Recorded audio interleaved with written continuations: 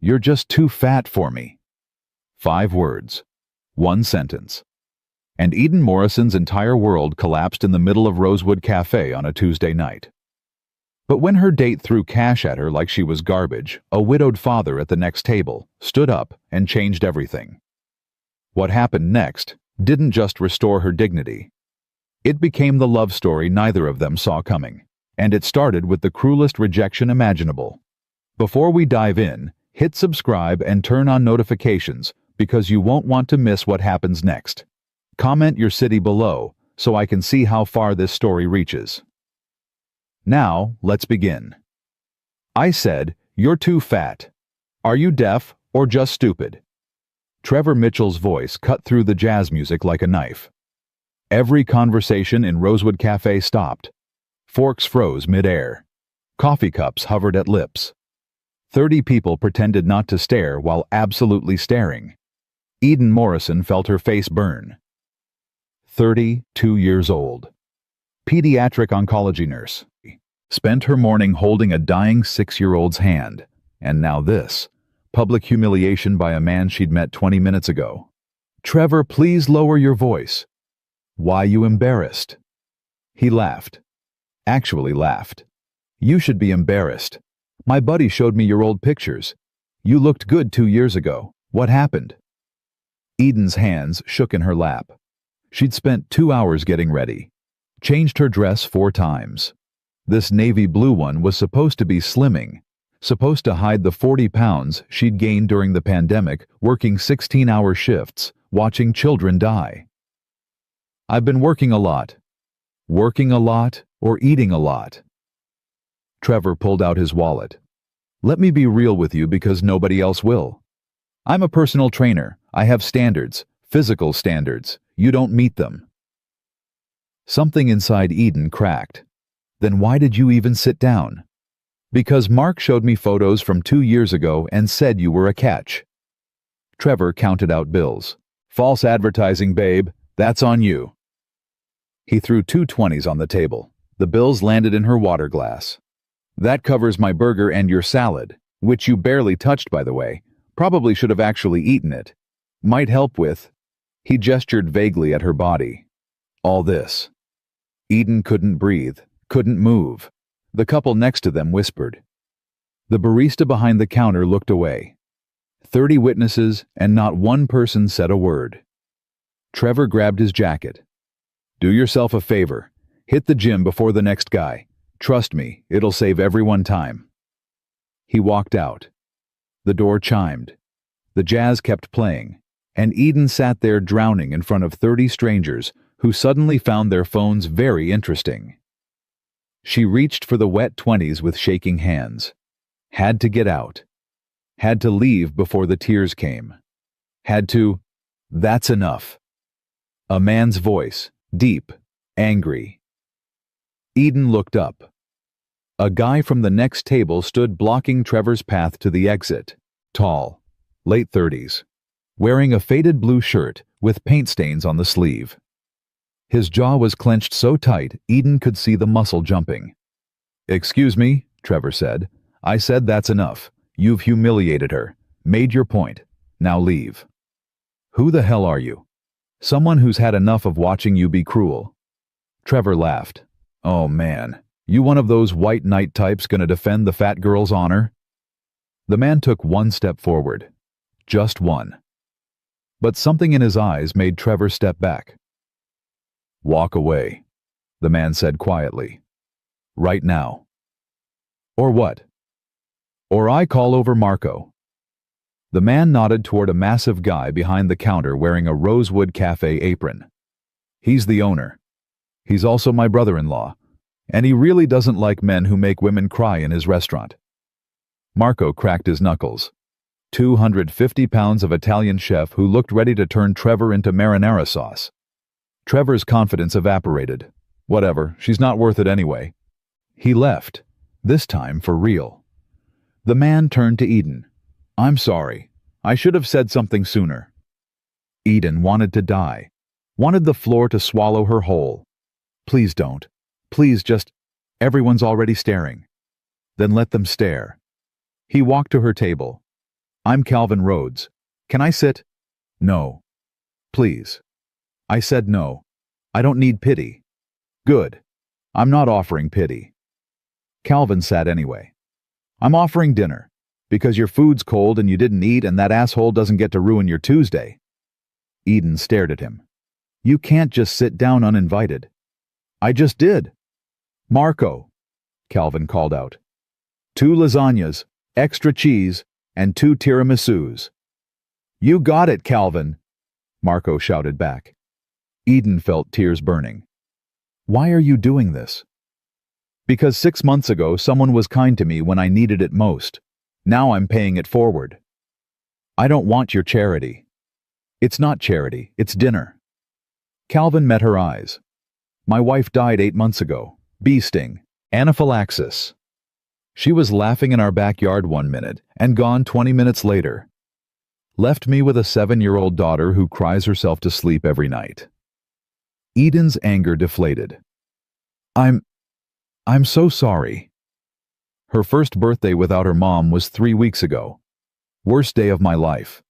I took my daughter Violet to the park and completely fell apart. Couldn't hold it together. Just sat on a bench crying while my kid tried to comfort me. Calvin's voice cracked. A stranger sat down. Older woman. She didn't say anything profound. Didn't give me advice. She just stayed. Shared her cookies. Asked Violet about her favorite color. Sat with us for an hour. That was kind. It saved us that day. So now I'm the stranger offering kindness. You don't have to accept it, but I'm offering. The food arrived. Steam rising. Cheese bubbling. Eden realized she was actually starving. One condition, she said. Name it. Stop looking at me like I'm broken. Calvin nodded. Deal. Stop looking at yourself like you're broken. They ate in silence for a minute. Then Eden said, I work at Memorial Hospital. Pediatric oncology nurse. Calvin's fork froze. Memorial, my wife Sarah worked there. Sarah Rhodes. Pediatric nurse. I knew Sarah. Eden sat up straighter. Not well, but I knew her. Always smiling. Always had butterscotch candy for the scared kids. She bought it in bulk. Calvin's eyes went distant. Said it made the IVs less scary. She was good at her job. Really good. She loved it. Loved those kids. Came home exhausted every night but never complained. He pushed pasta around his plate. I supported her. Brought dinner to the hospital. Took care of everything at home so she could focus on work. You know what she told me the night before she died? What? That she was lucky. That most women don't get partners who actually support their careers. Calvin looked up. So when you asked about that Paul guy earlier, I didn't ask about Paul. You thought about him, though, when I mentioned supporting my wife. Calvin smiled sadly. I could see it on your face. Some guy who didn't get it, who wanted you to choose between him and your calling. Eden's throat tightened. His name was Paul, accountant. Hated that I worked nights and weekends. Said I cared more about dying kids than our relationship. Did you? Yes. Good. Those kids need you more than he did. Something broke open in Eden's chest. 3 years of guilt. 3 years of wondering if Paul was right. If she was broken somehow. Wrong somehow. Thank you, she whispered. They finished dinner. Ordered coffee. Talked about Sarah's work. About the kids they'd both cared for. About the impossible weight of watching children suffer. Can I ask you something? Calvin said. And you can tell me to shut up if I'm overstepping. Okay. Why did you say yes to tonight? Eden laughed bitterly. My best friend Marcy. She's married with 3 kids and thinks everyone needs to be coupled up. Met Trevor at her gym. Said he was ambitious and fit. He's also an asshole. Yeah, that too. When's the last time you dated? 3 years, since Paul. Eden traced the rim of her coffee cup. I stopped trying after that. Figured I was better off alone. And tonight was supposed to prove you wrong. Tonight proved I was right. No. Calvin's voice went firm. Tonight proved Trevor's an asshole. That's all it proved. Eden wanted to believe him. Wanted to believe one cruel man didn't define her worth. But Trevor's words kept echoing. Too fat. Embarrassing. False advertising. I should go, she said abruptly. Thank you for dinner, really, but I should... Wait. Calvin pulled out his phone. Can I show you something? He turned the screen toward her. A little girl with dark curls and gap-toothed grin held up a drawing of a rainbow. This is Violet. She wants to be a nurse like her mom. Talks about it constantly. Asks questions I can't answer because I don't know what nurses actually do. Calvin pocketed his phone. Would you be willing to talk to her just coffee? Just conversation. It would mean everything. Eden hesitated. Getting involved with a grieving child felt heavy, complicated, dangerous. But then she looked at Calvin's hopeful face and remembered Sarah's butterscotch candy and thought about all the scared kids she'd comforted over the years. Yeah, okay, I can do that. Calvin's entire face transformed. Really? Really? They exchanged numbers, made plans for Saturday morning, neutral territory, just coffee, just conversation. Outside on the sidewalk, Eden paused. Calvin, why did you really sit down? He thought about it. Because I have a daughter, and someday she'll be a woman sitting in a restaurant while some asshole tears her apart. And I hope to God when that happens someone stands up for her. So I'm trying to be the person I hope exists for Violet. He walked away before Eden could respond. She drove home in silence. Her apartment felt emptier than usual. She changed into pajamas and collapsed on her couch. Her phone buzzed. Marcy. How'd it go? Tell me everything. Eden stared at the message. How did she explain tonight? She typed, Trevor was horrible. But something else happened. Call you tomorrow. 3 dots appeared. Disappeared. Reappeared. Then, what else? You can't leave me hanging. Did you meet someone? Eden smiled, despite everything. Maybe. Long story. I want the long story. Tomorrow. Promise. She turned off her phone and closed her eyes. She should have been crying. Should have been replaying Trevor's cruelty on repeat. Instead, she kept thinking about Calvin's daughter. About his dead wife who loved butterscotch. About the way he'd stood up to Trevor without being asked. The next morning, Eden woke to a text from an unknown number. This is Calvin. Violet wants to know if you like unicorns. Apparently, this is very important information. Eden smiled at her phone. Love unicorns, obviously. Good answer. She's drawing you one right now. Fair warning, it might be terrifying. I work in pediatric oncology. I've seen worse. Fair point. Saturday 10 a.m. Moonbeans Coffee near the hospital. I know it. See you there. Eden got ready for work, feeling something she hadn't felt in years. Hope. Small and fragile and terrifying. But there. She drove to Memorial Hospital and walked through the automatic doors. Her co-worker Donna looked up from the nurse's station. You're smiling. What happened? Nothing. That's not a nothing smile. Had an interesting night. Good interesting or bad interesting? Eden thought about Trevor, about Calvin, about the strange alchemy that turned humiliation into hope. Both, but the good won. Her shift started. The familiar rhythm took over. Checking vitals, administering medications, holding small hands during painful procedures. She loved this job.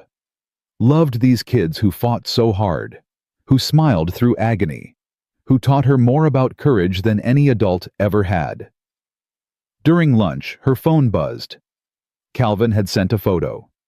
A crayon drawing of a rainbow unicorn with wobbly legs and a lopsided horn. The caption read, As promised, she made me write for Nurse Eden at the top 3 times because I didn't make the letters pretty enough. Eden set it as her phone background. Friday evening, Marcy showed up at her apartment unannounced, barged in without knocking, dropped 2 bottles of wine on the counter. Okay, spill. Everything.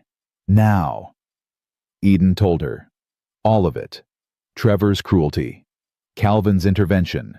The dinner. The daughter. The coffee date tomorrow. Marcy listened with growing horror. Trevor said what? Marcy. Give me his number. I'm gonna destroy him. Destroy. I'm gonna tell everyone at the gym. I'm gonna leave 1-star reviews everywhere. I'm gonna... Marcy, stop. That absolute bastard. I set you up with him. I vouched for him. Marcy paced the kitchen. I saw him at the gym every day. He seemed nice, ambitious, fit. He's also an asshole. Clearly. Marcy poured wine with shaking hands. I'm so sorry. God. Eden, I'm so sorry. It's not your fault. It is my fault. I pushed you. Said you needed to get back out there. Said Trevor was perfect. Marcy drank half her glass in one gulp. And now some random stranger had to rescue you because I set you up with a monster. He's not a monster. He's just cruel. That's worse somehow. Marcy refilled her glass. Tell me about this Calvin guy, the widower. Eden told her. About Sarah, about Violet, about the butterscotch candy, and the grief, and the unexpected kindness. Marcy listened quietly, then said, Be careful. What? I mean it. Be careful. This guy lost his wife 8 months ago. He's got a grieving kid. That's a lot of baggage. I'm not looking for a relationship. He just wants me to talk to his daughter about nursing. Eden, come on. A handsome widower rescues you from a nightmare date and asks for your number. That's not about nursing. You don't know that. I know men, and I know you. You're gonna catch feelings. Then you're gonna get hurt when he's not ready. Then I'm gonna have to bring more wine. Eden wanted to argue, wanted to say Marcy was wrong, but she couldn't, because Marcy knew her too well. Saturday arrived bright and clear. Eden changed outfits 4 times before settling on jeans and a cream sweater. Casual, friendly, not trying too hard. She got to Moonbeans 15 minutes early, ordered a latte, found a table near the window, checked her phone obsessively. They arrived exactly on time.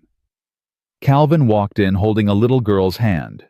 Dark curls like her mother, serious eyes like her father. Purple dress with mismatched socks and a stuffed unicorn under her arm. Violet, this is Eden, Calvin said gently. Violet stared at Eden with the brutal honesty of childhood. You knew my mom. A little bit, yes. Are you here because you feel sorry for us? Calvin's face went red. Violet. It's okay. Eden knelt down to Violet's level. I'm here because your dad asked me to talk to you about nursing, and because I like unicorns. Is that okay?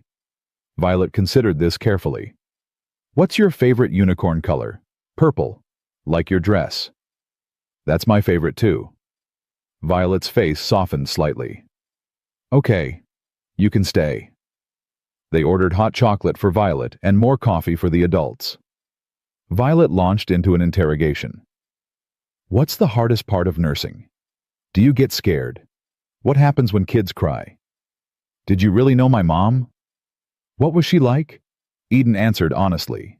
She talked about the fear and the joy and the privilege of caring for children during their hardest moments. When Violet asked about Sarah, Eden told her the truth. Your mom made every kid feel safe, even the really sick ones, especially the really sick ones. She had this way of talking to them like they were brave warriors, made them feel strong even when they felt weak. Violet's eyes filled with tears. I miss her. I know, sweetheart. That's okay. Everyone says it's okay to be sad, but it doesn't feel okay. It feels bad. Being sad means you loved someone a lot. That's actually a beautiful thing, even though it hurts. Violet climbed into her father's lap and buried her face in his chest. Calvin held her tight, blinking back his own tears. After a moment, Violet looked up at Eden. Do you have a family? Not really. It's just me. That's sad. Sometimes, but I have good friends, and I have the kids I take care of at work. But you're lonely. The question hit Eden like a punch. Yeah, I'm lonely. You can be lonely with us, Violet said seriously. That's what Daddy says. It's better to be lonely with people than lonely by yourself. Calvin's eyes met Eden's over his daughter's head. Something passed between them. Understanding, recognition, two lonely people finding each other in the wreckage. Will you come to dinner? Violet asked. We have spaghetti on Tuesdays. Daddy makes it from scratch and it's really good. Eden's heart squeezed. I don't want to intrude. Please. Violet's bottom lip trembled. We never have visitors, just me and Daddy, and it's too quiet. Eden looked at Calvin for guidance. He mouthed, only if you want to. And Eden realized she wanted to. Wanted it more than she'd wanted anything in a long time. Spaghetti sounds perfect. Violet's entire face lit up. Tuesday arrived. Eden showed up at their house at 6 p.m. sharp. Small ranch-style home with a well-kept yard and a wooden swing in the tree out front. She brought wine and homemade brownies and tried to ignore the nervous flutter in her stomach. Calvin answered the door in an apron covered in flour. She's been talking about you all week. Fair warning, you're basically a celebrity now. Inside the house was lived in. Warm. Photos everywhere. Sarah smiling from every wall. Violet's drawings covered the fridge, the hallway even taped to the bathroom door. Evidence of grief being survived day by day. Eden. Violet came running. I set the table, Fancy. Come see. The table was chaos. Mismatched plates. Paper napkins folded into triangles. Plastic cups next to wine glasses. A crayon drawing of a unicorn as the centerpiece. It's perfect, Eden said. Dinner was loud and wonderful. Violet chattered nonstop. Calvin's spaghetti was actually incredible. They laughed, told stories. For 2 hours, Eden forgot about Trevor, about loneliness, about everything except this moment. After dinner, Violet grabbed Eden's hand. Come see my room. I want to show you my drawings. The walls were covered in art, mostly of her mother. Sarah as an angel with rainbow wings. Sarah as a superhero flying. Sarah as a mermaid under the sea. Every version of love a child could imagine. I draw her so I don't forget what she looked like, Violet whispered. Eden's throat closed. You won't forget. I promise. How do you know? Because love doesn't work like that. Your mom lives right here. Eden pointed to Violet's heart. Forever. That's what Daddy says too. Your daddy's right. Violet studied her drawings. Sometimes I get scared that one day I'll wake up and won't remember her voice, or her smile, or the way she smelled like vanilla. Then you tell your dad, and he'll help you remember. That's what he's there for. Do you think... Violet hesitated. Do you think Mommy would be mad that Daddy's friends with you? And there it was, the real question, the fear underneath everything. Eden sat on the floor next to her. I think your mom would want your dad to have friends, would want him to be happy, would want him to not be lonely, don't you? Yeah. Then I think she'd be okay with it. Are you Daddy's girlfriend? No, I'm Daddy's friend, that's all. Oh. Violet sounded disappointed. I thought maybe you could be our family. Eden's heart cracked wide open. Families come in all shapes, kiddo. Sometimes family is people who choose to be together, who choose to show up, who choose to be lonely together instead of lonely apart. So you're choosing us? Yeah, I'm choosing you guys. Violet threw her arms around Eden's neck. Good, because I'm choosing you too. That night marked the beginning. What started as coffee became regular. Tuesday dinners became daily text messages. Became a slow, careful building of something neither Eden nor Calvin had names for yet. Eden taught Violet about the human body using kid-friendly diagrams. Calvin taught Eden basic woodworking in his garage. The three of them went to parks and museums and movies, built a routine, created traditions. But through it all, Eden kept waiting. For Calvin to realize she wasn't Sarah. For Violet to reject her as a replacement mother. For the whole fragile thing to shatter like glass. 6 weeks of Tuesday dinners, 42 days of text messages, 3 trips to the Children's Museum. And somewhere between week 5 and week 6, Eden realized the truth she'd been avoiding. She was falling in love with Calvin Rhodes, and she had absolutely no idea if he felt the same way. The realization hit Eden on a Wednesday morning while she was checking a 7-year-old's vitals. The girl asked if nurses were allowed to fall in love, and Eden's hands froze on the blood pressure cuff. "Of course they are, sweetheart. Why do you ask?" "Because you look like the princess in my book. The one who's scared to tell the prince she loves him." Eden finished the checkup on autopilot. Walked to the break room. Sat down. Stared at her phone where Calvin's latest text glowed. "Violet wants to know if you're coming for spaghetti tonight. She made place cards with our names. Yours has 17 glitter hearts." She was falling in love with a widower whose wife she'd known. Falling in love with his daughter who still drew pictures of her dead mother every single day. Falling in love with a life that wasn't meant for her. Eden typed back, "Can't tonight. Work emergency. Sorry." It was a lie. Her shift ended at 4, but panic was setting in hard and fast. Calvin responded immediately. "Everything okay?" "Yeah, just busy." 3 dots appeared, disappeared, appeared again. Then, "Okay, tomorrow. Maybe. I'll let you know." She turned off her phone.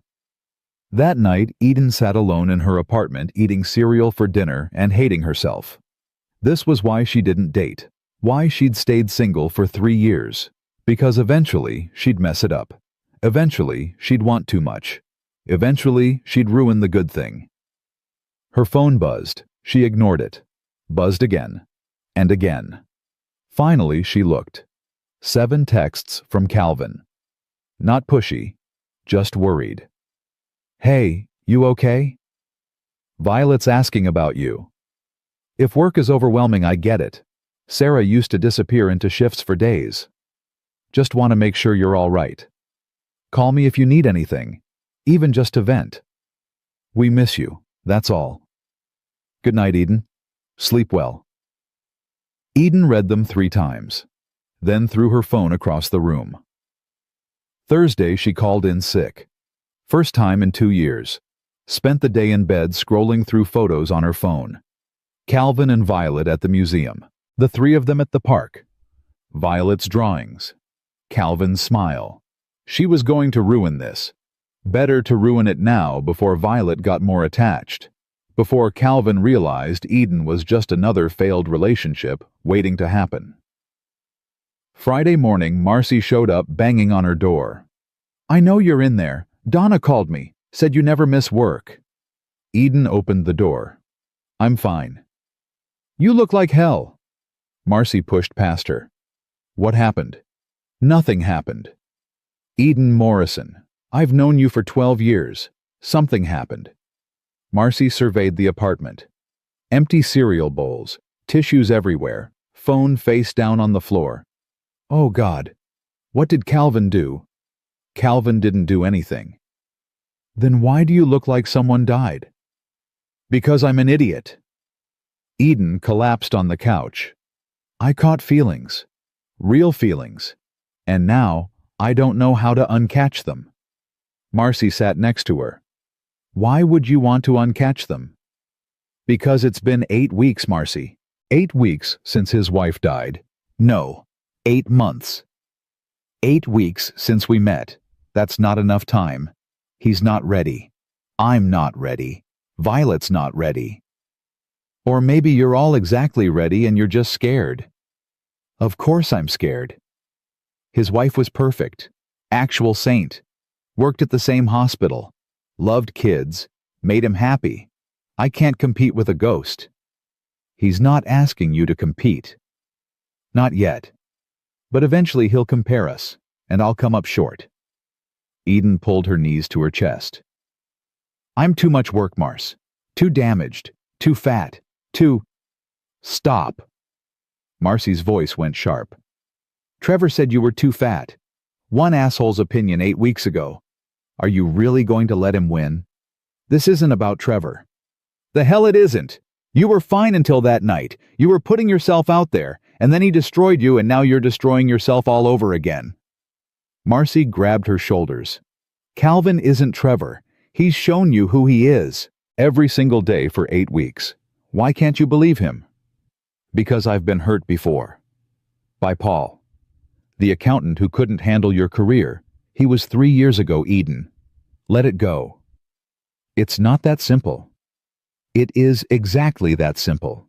You're choosing fear over happiness. You're choosing to be alone rather than risk being hurt. Marcy stood up. And you know what? That's your choice. But don't punish Calvin and Violet for it. They deserve better than ghosting.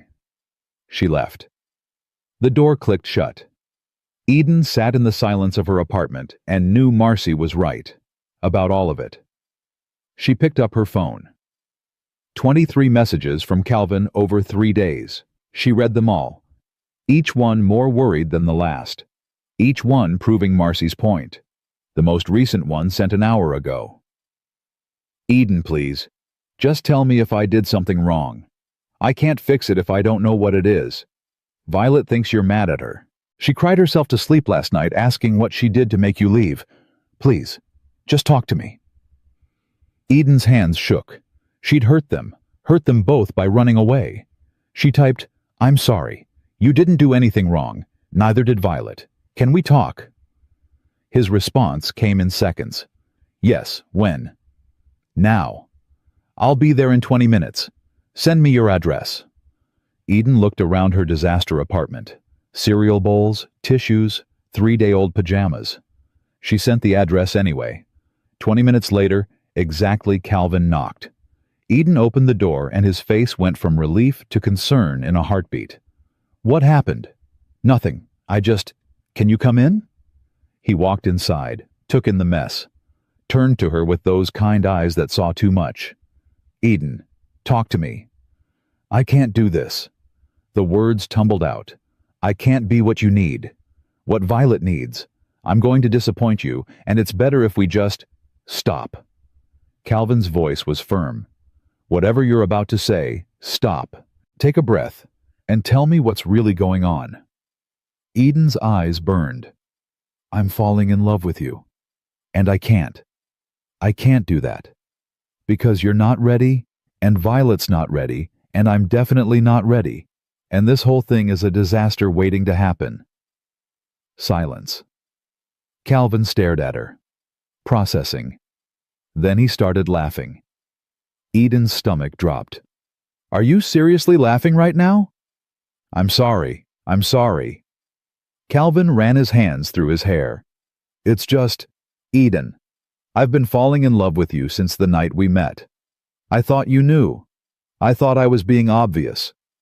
What? Why do you think I texted you every single day? Why do you think I invited you to every Tuesday dinner? Why do you think I introduced you to my daughter? Calvin stepped closer. I wasn't looking for a friend, Eden. I was looking for you. But Sarah's gone. I loved her. I'll always love her. But she's gone and I'm still here and life is still happening. His voice cracked. And then you showed up. This brilliant, kind, damaged woman who understood grief and loneliness and what it's like to give everything to your job. And I thought maybe, just maybe God or the universe or whatever was giving me a second chance. Eden couldn't breathe. You can't mean that. Why not? Because I'm not Sarah. I'll never be Sarah. I'm difficult and broken and I work too much and I'm exactly what I need. Calvin closed the distance between them. I don't want Sarah back. I want you. Difficult, broken, workaholic you. The woman who showed my daughter that nursing is heroic. The woman who texts me at 2 a.m. when she loses a patient. The woman who laughs at my terrible jokes and cries during kids' movies. That's who I want. What about Violet? Violet asks me every single day when you're coming back. Drew 17 glitter hearts on your place card. Told me last night that if I messed this up, she'd never forgive me. Calvin's smile was soft. She chose you too, Eden. We both did. The tears came then, fast and hard. Eden tried to hide them, but Calvin pulled her into his chest and just held her. Let her cry. Let her shake. Let her fall apart. I'm so scared, she whispered into his shirt. Me too. What if I'm not enough? What if you're exactly enough? They stood there in her disaster apartment holding each other like drowning people. Finally, Eden pulled back. I'm sorry I disappeared. I'm sorry I didn't tell you sooner how I felt. I thought I was imagining it. You weren't. You aren't. Calvin wiped a tear from her cheek. Can we start over? Not from the beginning. From right here. From the truth. What truth?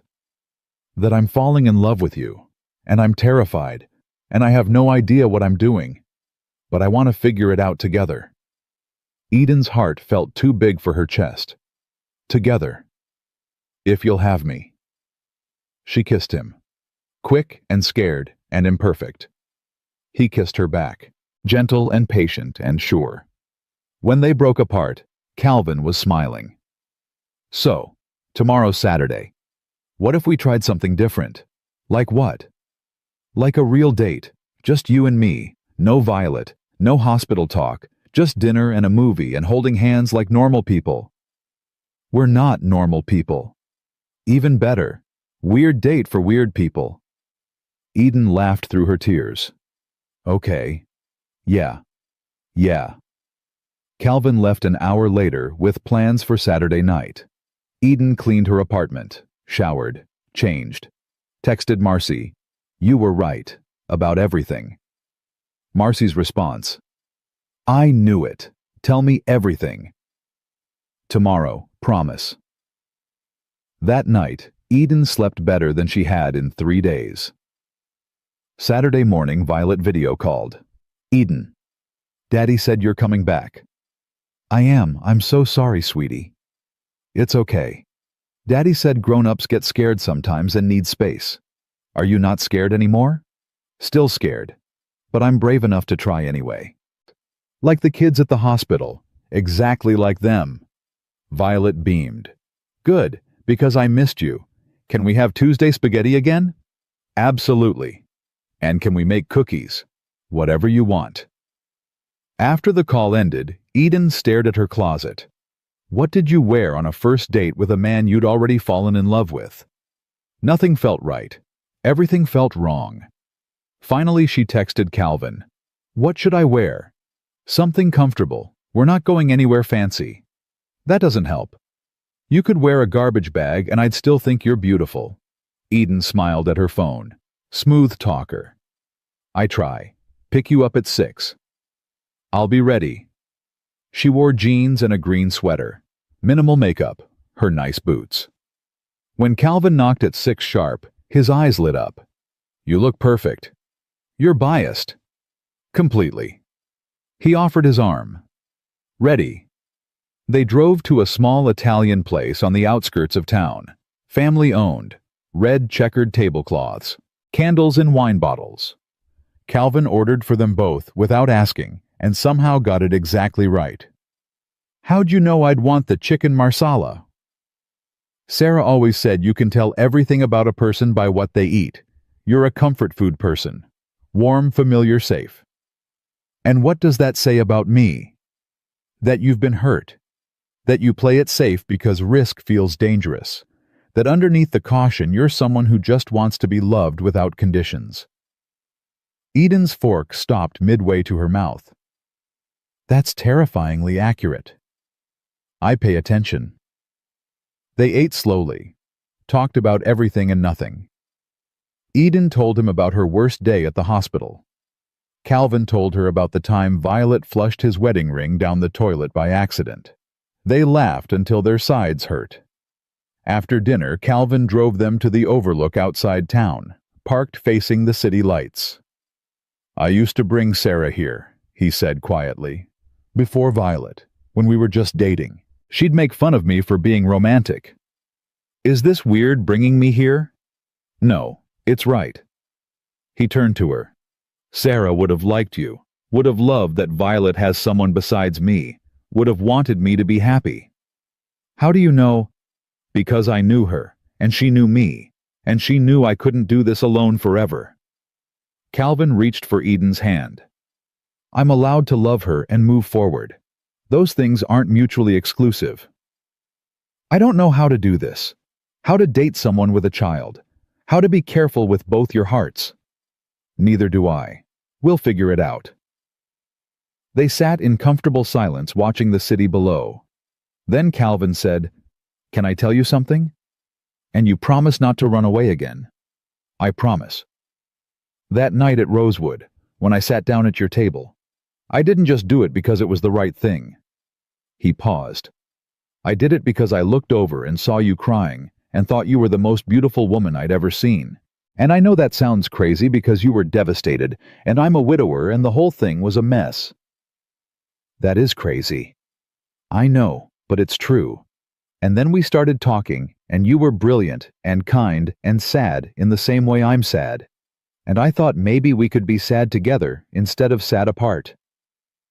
Eden squeezed his hand. Violet said the same thing, about being lonely together. She's a smart kid. She got it from you. She got it from her mother. They kissed again. Slower this time, deeper. 7 years of loneliness between them melting into something new.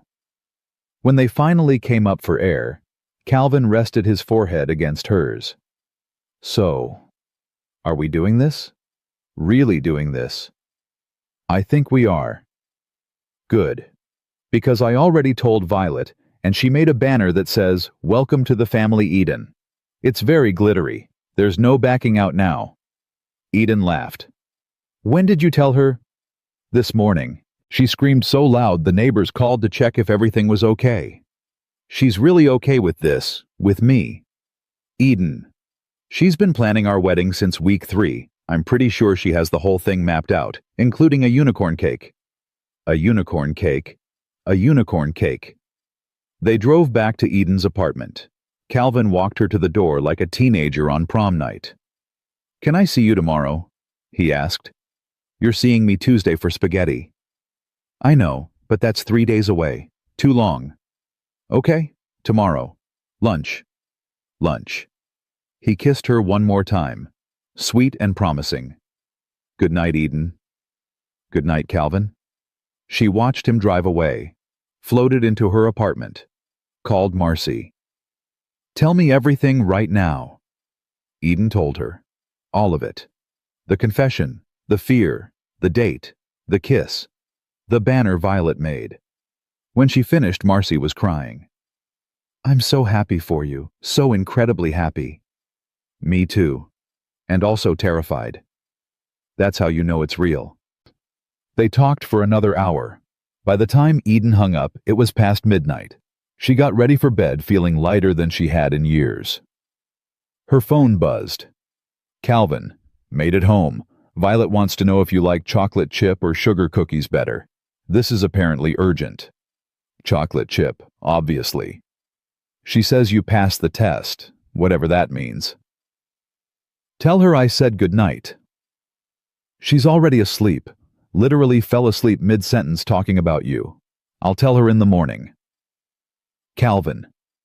Yeah. Thank you. For not giving up on me when I disappeared. Thank you for coming back. Eden fell asleep smiling. For the first time in 3 years, the future didn't feel terrifying. It felt possible. And that was enough. Sunday lunch turned into Sunday brunch that lasted until 3 in the afternoon. Calvin made pancakes while Eden sat at his kitchen counter drinking coffee and watching him cook. Violet sat between them, coloring a picture of the 3 of them holding hands. Is this what dating looks like? Eden asked. Just hanging out in kitchens. When you're a single parent. Yeah, pretty much. Calvin flipped a pancake. Romance looks different when you have a 7-year-old chaperone. I can hear you, Violet said without looking up from her drawing. And I'm a very good chaperone. Aunt Linda said so. When did Aunt Linda say that? When you went on that date with the lady from the library. I told her you held hands, and she said I was a good chaperone for noticing. Calvin's face went red. That was one time, months ago, and it was not a date. You held hands. She was slipping on ice. I was being polite. Eden laughed. You have a chaperone who reports to Aunt Linda. Good to know. Aunt Linda is Daddy's sister, Violet explained. She lives in Portland and calls every Sunday and asks too many questions. As if on cue, Calvin's phone rang. He looked at the screen and groaned. Speaking of. Don't answer it, Violet said. She'll want to talk forever. I have to answer it. She'll just keep calling. Calvin picked up. Hey, Linda? Even from across the kitchen, Eden could hear the excited shrieking. Calvin held the phone away from his ear. Yes, there's someone here. No, I'm not telling you her name yet. Because you'll Google her and call all your friends. Linda, I'm serious. No. He paused. Fine. Her name is Eden. She's a nurse. Yes, at Memorial. No, she did not work directly with Sarah, but she knew her. Can we not do this right now? Violet whispered to Eden. Aunt Linda's going to love you. She loves everyone Daddy dates. How many people has your dad dated? Just you and the library lady who fell on ice, but Aunt Linda gets excited easy. Calvin was pacing now. I'm not putting her on the phone, because we just started dating and you're terrifying. I said you're terrifying. Don't cry, you know it's true. He sighed. Fine, 30 seconds. 30. I'm timing you. He handed the phone to Eden with an apologetic look. I'm sorry in advance. Eden took the phone. Hello. Oh my God, you sound beautiful. Are you beautiful? Calvin, is she beautiful? Don't answer that. Of course she's beautiful. My brother has excellent taste even though he's an idiot. Eden, tell me everything. How did you meet? Are you good to him? Are you good to Violet? Do you like kids? Obviously, you like kids. You're a pediatric nurse. Sarah was a pediatric nurse too. Did you know Sarah? Calvin said you knew Sarah? Was she nice to you? Of course she was nice. Sarah was nice to everyone. I'm rambling. I'm sorry. I get excited. Are you coming to Thanksgiving? You should come to Thanksgiving. I'll make my sweet potato casserole. Do you like sweet potatoes? Eden blinked. I like sweet potatoes. Perfect. You're coming to Thanksgiving. Calvin, she's coming to Thanksgiving. Don't argue with me. Okay, I'll let you go. It was so nice to meet you. Take care of my brother. He acts tough, but he's soft inside. Bye. The line went dead. Eden handed the phone back to Calvin. That was intense. Told you, she's a lot. Calvin pocketed his phone. You don't have to come to Thanksgiving. She just gets ahead of herself. It's only October. Thanksgiving is a month away. Exactly. Plenty of time for her to plan an entire wedding in her head. Violet looked up. Are you getting married? No. Calvin and Eden said simultaneously. But maybe someday. Violet pressed. Let's eat pancakes, Calvin said firmly, and stop interrogating Eden. They ate pancakes smothered in syrup. Violet chattered about school. Calvin told embarrassing stories from his construction job. Eden felt herself relaxing into the rhythm of their family. It was easy, natural, like she'd always been there. But later driving home, the doubts crept back in. Thanksgiving was a month away. Meeting the extended family. Being evaluated by Calvin's sister, who apparently loved everyone he dated. All 3 people he'd dated in 8 months. Eden's phone rang. Marcy. Hey, what's up? Quick question. Are you busy Tuesday?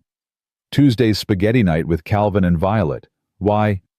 Because I ran into someone at Target. Someone you know. Eden's stomach dropped. Who? Paul. Your ex. The accountant. Oh God. Wait. It gets better. He asked about you. Said he heard through mutual friends that you're dating someone. Asked if it was serious. What did you tell him? I told him you're deliriously happy and he missed his chance. Then I may have accidentally run my cart into his shin. Despite everything, Eden smiled. You didn't. I absolutely did. Anyway, he said he wants to talk to you. Said he's been doing therapy, working on himself. Wants to apologize. I don't want his apology. I told him that too, but he gave me his number in case you change your mind. Marcy paused.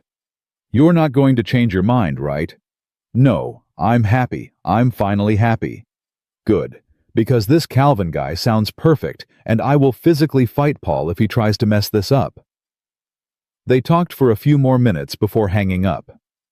Eden sat in her car outside her apartment building thinking about Paul. 3 years ago, he'd told her she was too much, too focused on work, too unavailable, too damaged to love properly. And she'd believed him. Spent 3 years proving him right by staying single, by convincing herself she was better off alone, until Trevor destroyed her in public and Calvin showed her another way. Her phone buzzed. Calvin. Violet says thank you for brunch. Also says you need to come over more because I'm a better cook when you're here. That's not suspicious at all. She's not subtle, one of her many charms. Same time next week. Definitely. Tuesday arrived. Eden showed up at 6 with ingredients for chocolate chip cookies.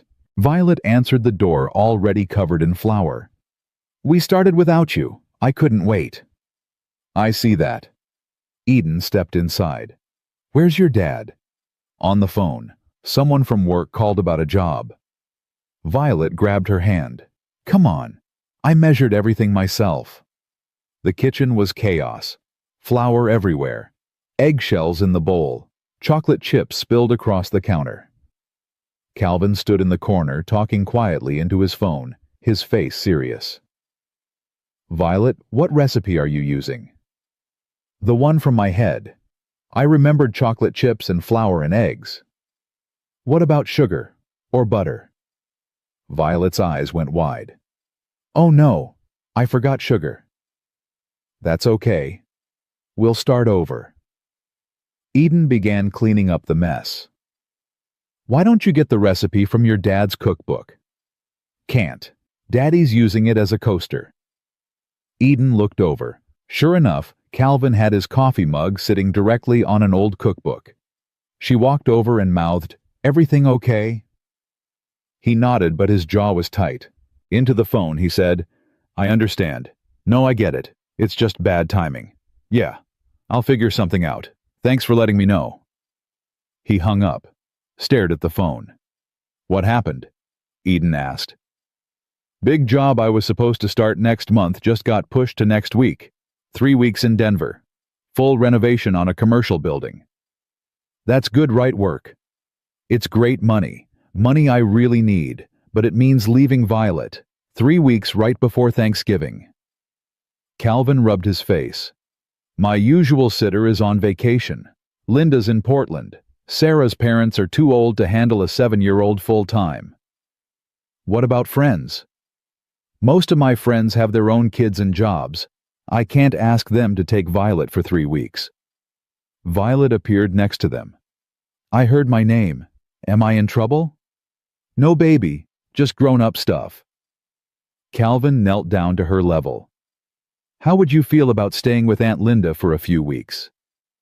In Portland, I'd miss school, and my friends, and Tuesday spaghetti.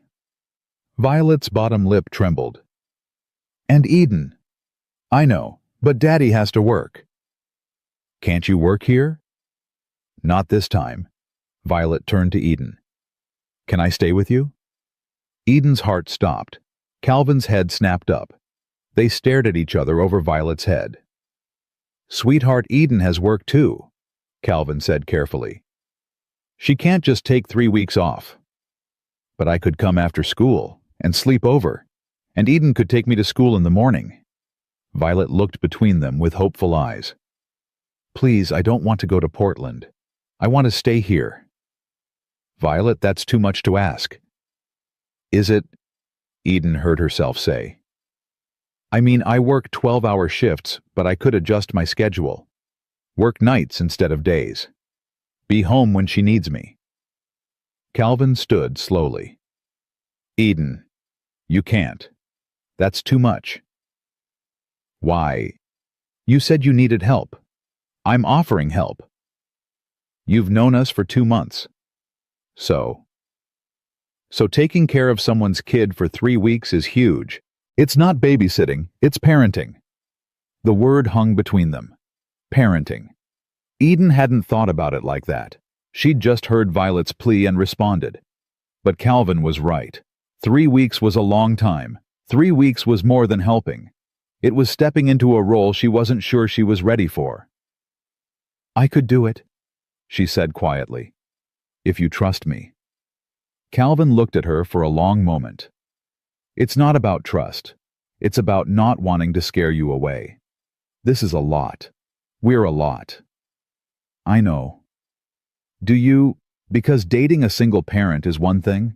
Taking care of their child while they're gone is completely different. I work with sick kids every day. I can handle one healthy 7-year-old. It's not the same and you know it. Those kids go home at the end of your shift. Violet would be your responsibility. Every morning, every night.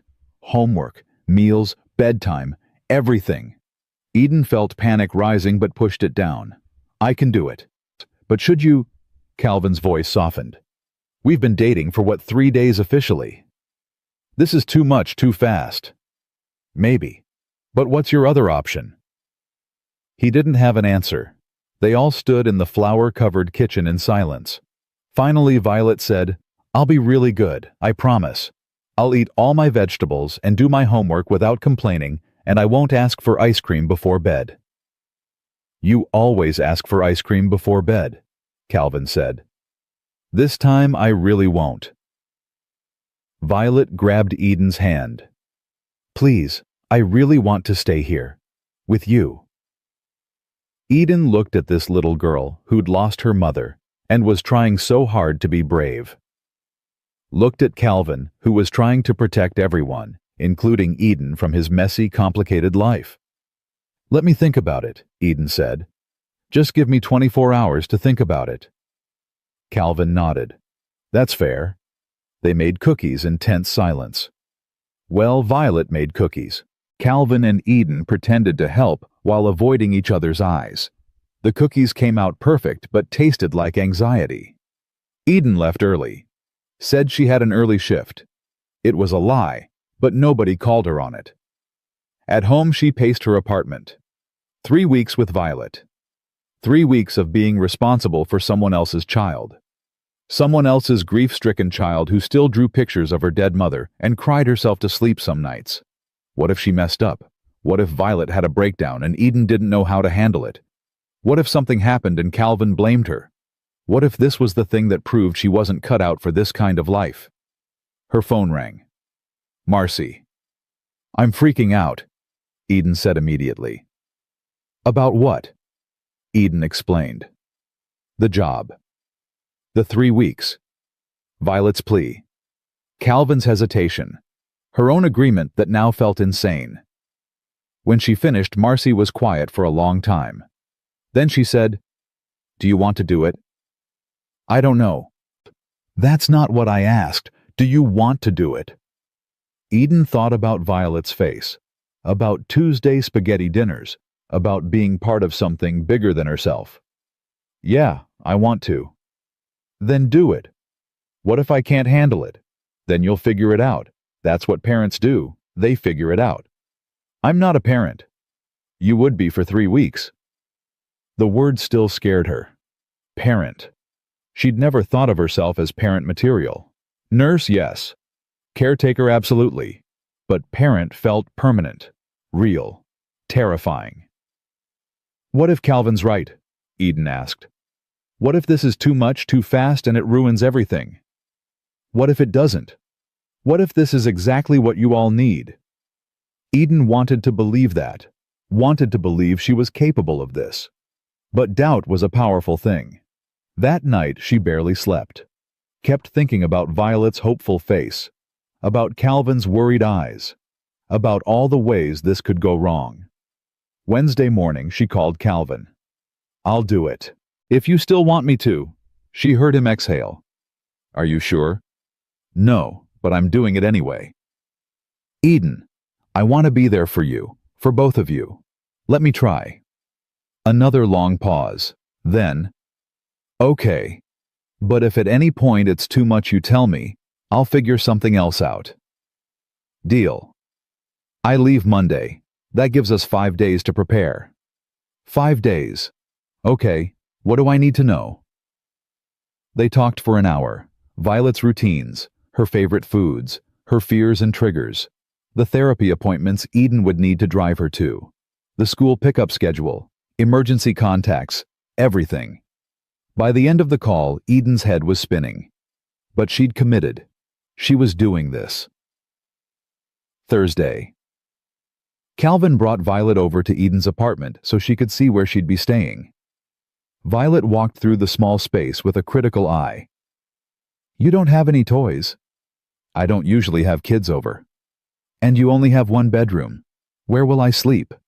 "On the couch. I have an air mattress we can set up. It'll be like camping." Violet considered this. "I've never been camping." "Then it'll be an adventure. Will you read to me before bed? Every night. And make breakfast.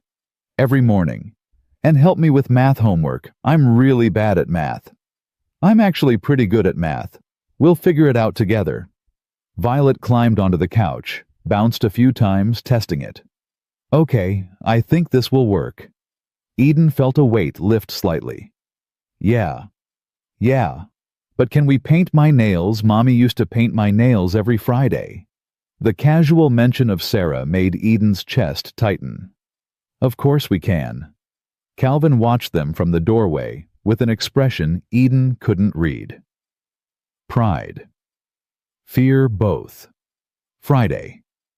Eden adjusted her work schedule, switched to night shifts for the next 3 weeks. It would be brutal but doable. Her co-workers asked questions she deflected. Saturday, she and Calvin took Violet shopping for things she'd need. A new backpack, extra clothes, the specific brand of toothpaste she insisted on. They moved through Target like a family, and it felt both natural and terrifying. Sunday, Linda called again. This time Calvin put her on speaker.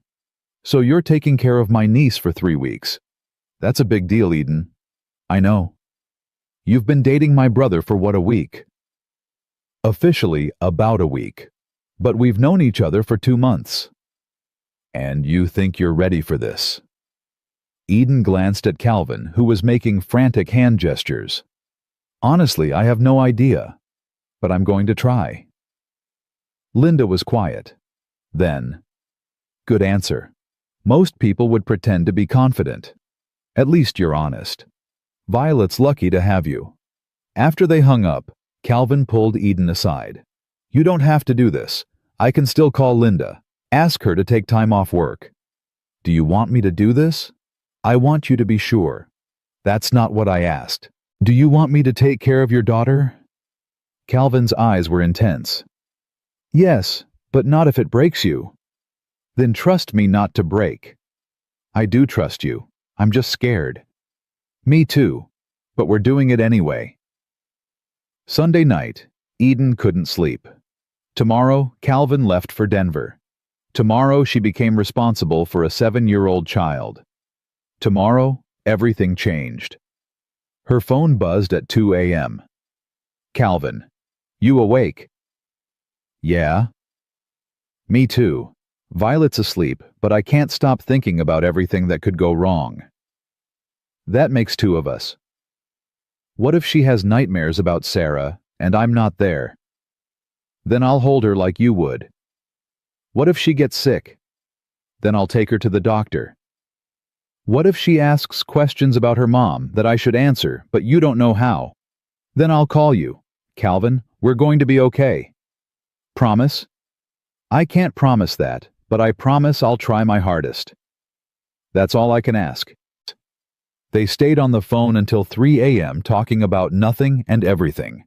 Finally, Calvin said, I should let you sleep. I'm not sleeping anyway. Me neither. But I should at least pretend. He paused. Thank you, Eden. For this. For all of it. Don't thank me yet. Wait until you come back and see if your daughter still likes me. She'll more than like you. She already loves you. The words sat heavy between them. Love. Nobody had said that word yet. It was too soon. Too fast. Too real. Get some sleep, Eden whispered. Big day tomorrow. You too. Call me if you need anything. Literally anything. I will. Good night, Calvin. Good night. Monday morning arrived too fast. Calvin dropped Violet off at 7 a.m. with a backpack full of clothes and a stuffed unicorn named Rainbow. He knelt down in Eden's doorway, saying goodbye, while Violet clung to his neck. I'll call every day, he promised. Morning and night. What if I miss you?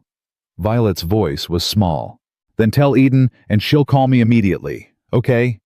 Okay. Calvin stood and looked at Eden. You have my number, my hotel, my supervisor's number, my sister's number, emergency contacts, everything. We'll be fine. If anything happens, we'll be fine, Eden repeated firmly. He kissed Violet's head, then quickly kissed Eden's cheek. Thank you. And then he was gone. The door closed. Eden and Violet stood in the apartment staring at each other. So, Eden said, ready for school? Violet nodded silently. She looked small suddenly. Lost. They drove to school in quiet. Eden walked her to the classroom like Calvin had instructed. Violet turned at the door. You'll be here at 3 to pick me up. I'll be here. Promise. I promise. Violet went inside. Eden drove home feeling the weight of responsibility settle on her shoulders like a lead blanket. 3 weeks. She could do 3 weeks. She had to. The first day wasn't terrible. Eden picked Violet up at 3 sharp. The little girl ran to her with a backpack bouncing and actually smiled. How was school? Good. My teacher asked where Daddy was and I said Denver, and she said that's far away, and I said yes, but Eden's taking care of me. What did she say to that? She said that's nice. Then Tommy asked if you're my new mom, and I said no, you're Daddy's girlfriend, and Tommy said that's basically the same thing. Eden's hands tightened on the steering wheel. What did you say? I said it's not the same, because I already had a mom and she died. Violet said it matter of fact, like discussing the weather. Tommy felt bad then. He said sorry. I said it's okay because I'm not sad about it anymore, except sometimes at night. Eden pulled into her apartment parking lot, trying to process 7-year-old logic and grief happening simultaneously. Do you want to talk about the sometimes at night part? Not really. Can we have mac and cheese for dinner? Sure. They made boxed mac and cheese together. Violet insisted on stirring even though she splashed cheese sauce everywhere. They ate on the couch watching a cartoon about talking animals. Normal, easy, fine. Calvin called at 7. Violet grabbed the phone so fast she nearly dropped it. Daddy, Denver is far away. Tommy said so. Eden made mac and cheese but not as good as yours, but I didn't tell her that because it would be rude. Eden could hear Calvin laughing through the speaker. They talked for 20 minutes. About school and Tommy and the cartoon they were watching. When Violet finally handed the phone back, her eyes were shiny. He misses us, she whispered. I know, baby. Do you miss him? Eden hadn't let herself think about it. About Calvin being gone. About sleeping alone after just getting used to good morning texts and good night calls. Yeah, I miss him. Me too. Bedtime was harder. Violet changed into pajamas covered in unicorns and climbed onto the air mattress Eden had set up.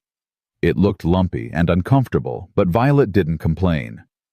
"Will you read to me?" "Of course. What book?" Violet pulled out a worn copy of a fairy tale collection. "Daddy reads 2 stories every night. One I pick and one he picks." "Okay, you pick first." Violet chose a story about a princess who saved herself. Eden read it doing different voices for each character. Violet giggled at all the right parts. Then Eden picked a story about a dragon who was actually nice. By the end, Violet's eyes were drooping. "Good night, sweetheart." "Wait. You have to tuck me in, and turn on my nightlight, and check the closet for monsters." "There are no monsters." "I know, but you still have to check. Those are the rules." Eden checked the closet, tucked the blankets tight, turned on the butterfly nightlight Violet had brought from home. Better. "Yeah." "Eden." "Yeah." "Thank you for letting me stay here." "You're welcome." "I'm glad Daddy found you, at the restaurant, when that mean man was yelling." Eden's throat tightened. "Me too." She left the door cracked and went to her own room, sat on the bed, stared at her phone. 1 day down, 20 more to go. Day 2 started with Violet screaming at 6 a.m. Eden bolted from bed, ran to the living room, found Violet sitting straight up on the air mattress sobbing. "What's wrong? Are you hurt?" "I had a dream. Mommy was here, but then she wasn't. She was talking to me, and then she disappeared." Eden sat on the floor next to the mattress. "That sounds scary." It was, because it felt real. Like she was really here, and then she was just gone. Violet wiped her nose on her pajama sleeve. That's what happened in real life too. She was here, and then she wasn't. "I know. Does it hurt you that your mom died?" Eden blinked. "My mom's not dead. She lives in Florida." "Oh, then you don't understand." "You're right. I don't understand exactly what you're feeling. But I've lost people I loved. My grandma died when I was 12. It hurt for a long time." "Does it still hurt?" "Sometimes, but differently now. Like a bruise that's healing instead of a fresh cut." Violet thought about this. "I want my hurt to be a bruise, not a cut." "It will be, eventually, but it takes time." "How much time?" "I don't know. It's different for everyone." They sat in the quiet of early morning. Finally, Violet said, "Can I sleep in your bed? Just for tonight?" "Of course." They climbed into Eden's bed. Violet curled into her side, holding Rainbow the unicorn. Within minutes, she was asleep again. Eden lay awake staring at the ceiling, wondering what she'd gotten herself into. Day 3. Violet forgot her homework at school. Day 4, she spilled juice all over Eden's work bag. Day 5, she announced she hated her teacher and refused to go to school. They were late. Eden's boss called asking where she was. Eden explained about Violet, and her boss sighed and said handle it. By day 7, Eden was exhausted. Night shifts were brutal. She'd sleep from 8 a.m. to 2 p.m., wake up, pick up Violet, help with homework, make dinner, do bedtime routine, then go to work at 8 p.m. Repeat, forever. Calvin called every morning and night like clockwork. But the calls got shorter. He sounded tired. She sounded tired. They ran out of things to say besides Violet's doing fine, and I miss you, and only 2 more weeks. Day 9. Marcy showed up unannounced. "You look like hell." "Thanks, that's helpful." "When's the last time you slept more than 4 hours?" Eden couldn't remember. "I'm fine." "You're not fine. You're running yourself into the ground." Marcy pushed past her. "Where's Violet?" "School. I was about to sleep." "Good. Sleep. I'll pick her up at 3 and take her to my house. My kids can entertain her. You need a break." "I can't." "You can and you will. Go to bed, Eden.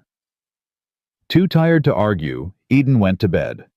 Slept until 5 p.m. Woke up disoriented and panicked. Called Marcy. She's fine. We're making pizza. You want me to bring her home or keep her for dinner? Keep her, please. I need to shower and eat something besides chicken nuggets. Done. I'll drop her off at 7. Eden showered for the first time in 2 days. Ate real food. Sat in silence. It felt like heaven. When Marcy dropped Violet off at 7, the little girl was buzzing with energy. Eden, Marcy's kids are so fun. Can I go back? Can they come here? Can we have a sleepover? Maybe this weekend. Promise? We'll see. Violet deflated. That's what grown-ups say when they mean no. After Violet went to bed, Eden called Calvin. This is hard. I know, I'm sorry. I'm not complaining. I'm just saying it's harder than I thought. Do you want me to come home? I can leave early. The job's almost done anyway. No. Stay. Finish. We're managing. Are you sure? Positive. Eden rubbed her eyes. How's Denver? Exhausting. The building's a nightmare, but the money's good. Worth it. They talked about nothing important until Calvin said, I miss you. Like actually miss you. Not just Violet. You. I miss you too. 10 more days. 10 more days. Eden repeated like a prayer. Day 11, the school called. Violet had gotten in a fight. Not physical, just yelling. But still. Eden had to leave work early. Again. Her boss was less understanding this time. At school, the principal's office felt like being called in herself for punishment. Violet sat in a chair swinging her legs looking defiant. The principal, a severe woman named Mrs. Henderson, looked annoyed. Violet called another student a bad word. Eden looked at Violet. What word? Stupid. I called Madison stupid. Why? Because she said my dad abandoned me. That he left me with a stranger because he didn't want me anymore. Eden's anger flared hot and immediate. She said what? Mrs. Henderson held up a hand. We've spoken to Madison as well. She's been disciplined. But Violet's response was inappropriate. She's 7. Someone told her she was abandoned. What kind of response did you expect? A more measured one. Violence isn't the answer. She didn't hit anyone. She called a girl stupid, which honestly sounds pretty measured considering what was said to her. Mrs. Henderson's eyes narrowed. And you are Eden Morrison. I'm caring for Violet while her father's working out of state. I see. And what's your relationship to the family? The question landed like an accusation. Eden felt herself shrink. We're dating. Her father and I. How long have you been dating? I don't see how that's relevant. It's relevant because Violet's exhibiting behavioral issues that weren't present before. And now, she's in the care of someone who isn't family and barely knows her. I know her plenty. Do you? Because from where I'm sitting, this looks like a man leaving his grieving daughter with a girlfriend he's known for 2 months. Eden stood up. We're done here. Come on, Violet. Ms. Morrison. We're done. Eden grabbed Violet's hand and walked out. Her heart was pounding. Her hands were shaking. In the parking lot, Violet looked up at her with worried eyes. Am I in trouble? No, baby. You're not in trouble. Are you mad at me? No. I'm mad at that woman. And at Madison. But not at you. They drove home in silence. Inside the apartment, Eden collapsed on the couch feeling like a failure. The principal was right. She wasn't family. She was a girlfriend of 2 months playing house with someone else's kid. What was she doing? Her phone rang. Calvin. She almost didn't answer. Hey, how was your day? Violet got in trouble at school. What? What happened? Eden explained. The fight, the principal, the questions. Calvin listened without interrupting. When she finished, he said quietly, I'm coming home. No. Eden, This is too much. I shouldn't have asked you to do this. Calvin, listen to me. Violet stood up for herself. Some bratty kid told her she was abandoned, and she called her stupid. That's not a behavioral problem. That's normal. The principal said, "The principal's an asshole who doesn't like that I'm not Violet's biological family. That's her problem, not ours." Are you sure? Eden looked at Violet, who was coloring at the kitchen table. Yeah, I'm sure. Don't come home. Finish the job. We're fine. I don't want to put you through this. Too late. I'm already through it. Might as well finish. They talked for another hour. Calvin apologized repeatedly. Eden reassured him repeatedly. By the end, they were both exhausted. Day 13 brought parent-teacher conferences. Eden showed up feeling like an imposter. Violet's teacher, Ms. Chen, was young and kind. Violet's doing well academically. She's bright, reads above grade level. Math is harder, but she tries. That's good. But I am concerned about her social interactions. She's been withdrawing from other students, sits alone at lunch, doesn't participate in group activities. Eden's chest tightened. Since when? The past week or so. I know her father's out of town. That might be affecting her. Yeah, probably. Are you family? I haven't seen you at pickup before? And there it was again. The question. Are you family? Are you legitimate? Are you enough? I'm her father's partner. I'm caring for her while he's working. Ms. Chen smiled. Well, she talks about you constantly. Eden this, Eden that. She clearly adores you.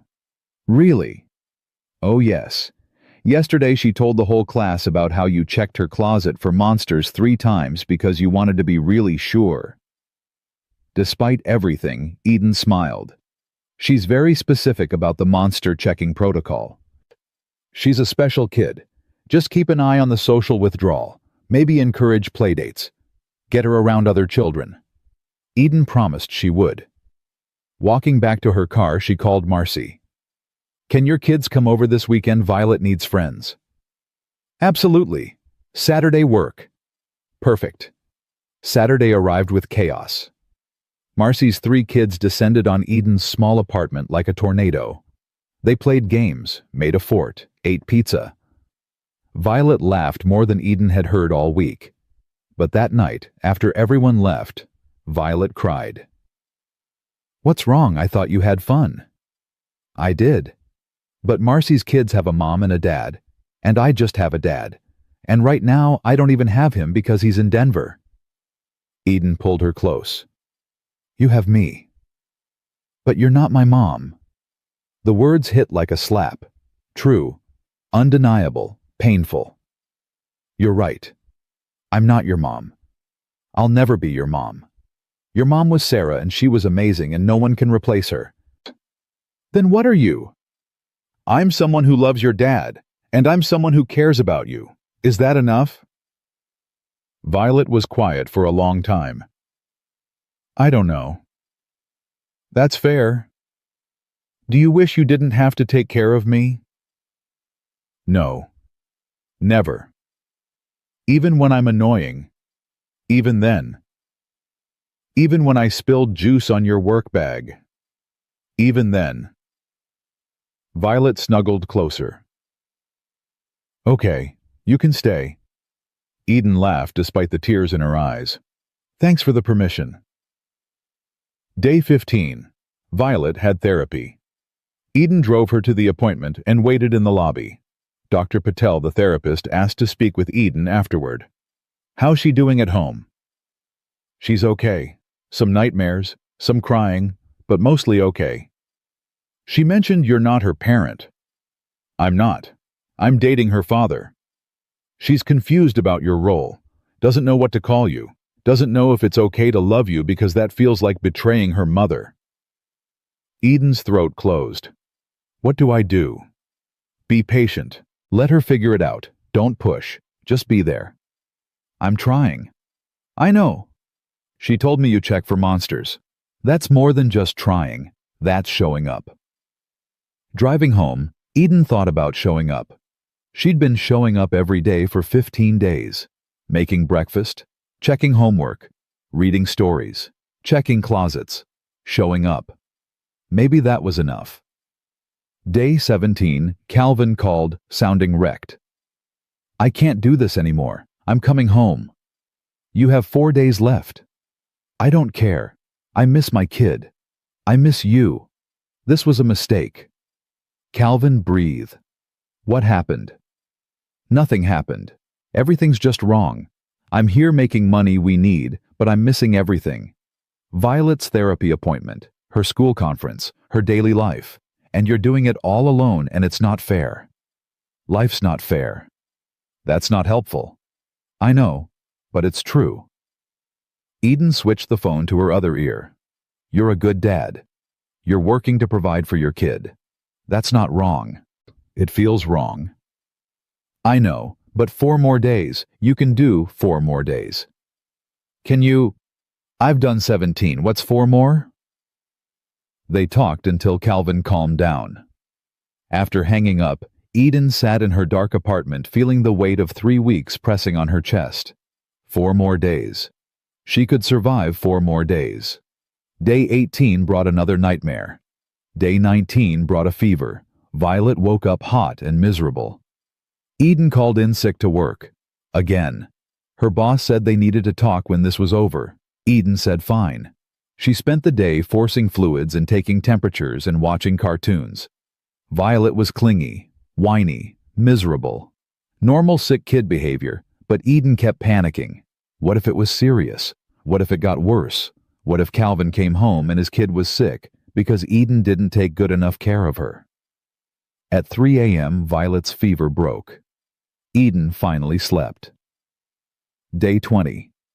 Eden woke to Violet standing next to her bed. Daddy comes home today. Tomorrow. He comes home tomorrow. That's today. It's morning now. Eden checked her phone. 6 a.m. You're technically right, but also wrong. He comes home tomorrow night. That's too long. I know, baby. Violet climbed into bed with her. They lay there in the early morning quiet. Eden. Yeah. I'm glad you took care of me, even though I was bad sometimes. You weren't bad. You were 7. Same thing. Eden smiled. Not quite. Will you still come over for spaghetti after Daddy's home? Do you want me to? Yeah. It's not Tuesday spaghetti without you anymore. Something in Eden's chest cracked open. Then I'll be there. They spent the day cleaning, getting ready for Calvin's return. Violet made a banner that said, "Welcome home, Daddy," with marker and glitter. Eden helped her hang it over the door. That night, Violet fell asleep early, exhausted from anticipation. Eden sat on her couch in the silent apartment and realized she'd done it. 20 days, almost 3 weeks. She'd kept a 7-year-old alive and mostly happy. Her phone buzzed. Calvin, landing in 2 hours, be there by 10. Is she asleep? Yeah, she tried to wait up but crashed at 7. Thank you. For everything. I'll never be able to thank you enough. Just get home safe. That's thanks enough. I love you. Eden stared at the words. 3 words. 8 letters. Said casually in a text like he'd said them 1,000 times before. She typed back, I love you too. And she meant it. Completely. Terrifyingly. Truly. At 10 p.m. exactly. Calvin's truck pulled into the parking lot. Eden heard footsteps on the stairs. A knock. She opened the door. Calvin stood there looking exhausted and beautiful and home. He pulled her into his arms without saying a word. Just held her. She melted into him, feeling 3 weeks of tension release all at once. She's asleep, Eden whispered. I know. I'll wake her in a minute. But first. He pulled back and looked at her. Really looked at her. Are you okay? I'm okay. Really. It was hard, really hard, but we survived. I got your text. Before I boarded. Yeah. Did you mean it? Every word. He kissed her then, slow and deep and full of everything they couldn't say out loud. When they broke apart, Calvin rested his forehead against hers. "Thank you for loving my daughter. Thank you for letting me." They woke Violet together. Her squeal of joy when she saw her father could probably be heard in Denver. She launched herself at him and didn't let go for a full 5 minutes. "I missed you so much." "I missed you too, baby girl." Eden took good care of me. She checked for monsters every night, and made breakfast every morning, and helped with my math homework even though I'm really bad at math. Calvin looked at Eden over Violet's head. "She sounds pretty great." "She is pretty great." Violet yawned. "Can we all have spaghetti tomorrow for Tuesday?" "It's Wednesday." "Can we have Wednesday spaghetti then?" Calvin laughed. "Yeah, we can have Wednesday spaghetti." He carried Violet to his truck. Eden watched them drive away feeling empty and full at the same time. Her apartment was quiet again, back to normal, back to just her. Except nothing felt normal anymore. Normal had shifted, changed, expanded to include Tuesday spaghetti and monster checks and a 7-year-old who wasn't hers but kind of was. Her phone buzzed. "Calvin. She's asleep. Thank you again. For everything. See you tomorrow for spaghetti." Eden typed back, "Wouldn't miss it." She crawled into bed, her own bed. No air mattress in the living room. No nightlight casting butterfly shadows. Just her and the silence and the knowledge that she'd survived the test. More than survived. She'd proven something to herself. That she was capable. That she could show up. That love wasn't just a feeling but a choice made daily in small moments. And she'd chosen it. Every single day for 20 days. She'd chosen them. Wednesday. Spaghetti felt different.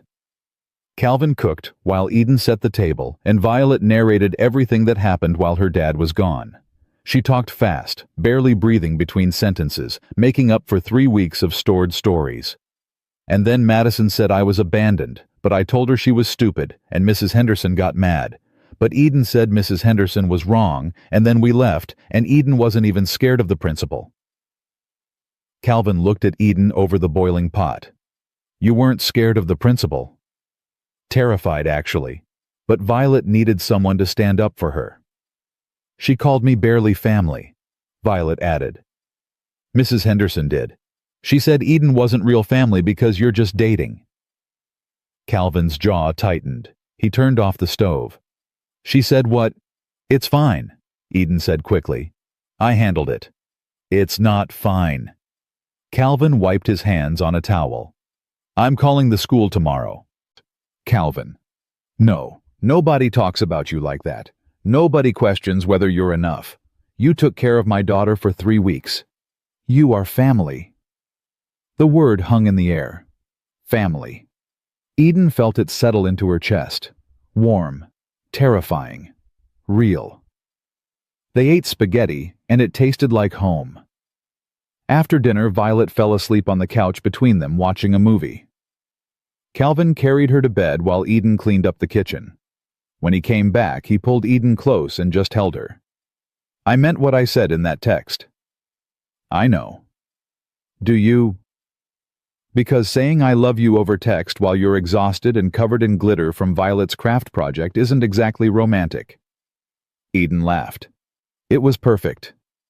"I can do better." "You don't have to." "I want to." Calvin pulled back to look at her. "These 3 weeks showed me something. You're not just someone I'm dating. You're someone I need.